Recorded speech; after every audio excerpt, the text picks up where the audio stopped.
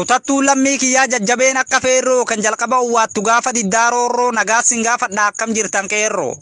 Mul'attuun akka aduu loltuun akka kanniisaa jajjabee warra walloo jaarsatu dargaggeessa. Mudhi kuttuun diinaa iddituun akka soorsaa qeerroo walloo faarseen afaan kiyya mi'eessaa.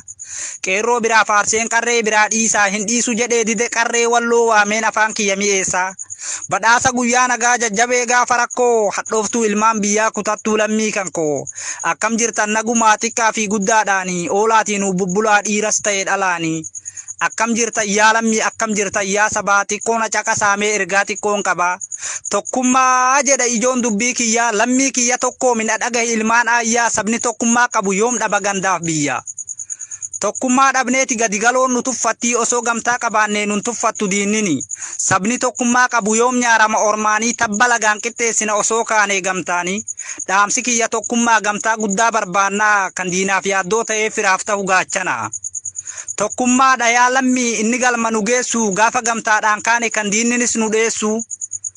Tokkummaa yaa saba koo guddaa gaanfa Afrikaa gaafa gamtaadhaan kaate diinaaf taata bakka akka qaqqaalii warra kootii korommii warra kiyyaa tokkummaa waliigalaa jajjabduun biyya kiyyaa.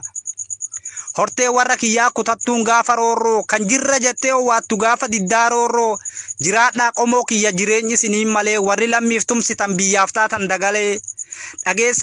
Dhageessaa goota koo kutataa mataa dhiiraa lammiif gamtaadhaami tokkicha onneen gaaraa. Hadhiifnu wal tuffii duubatti nu hambisaa diina nurratti goobsee lammii wal waraansisa. Hadhiifnu wal tuffii duubatti nu hambisaa diina nurratti goobsee lammii wal waraansisa. Galatooma.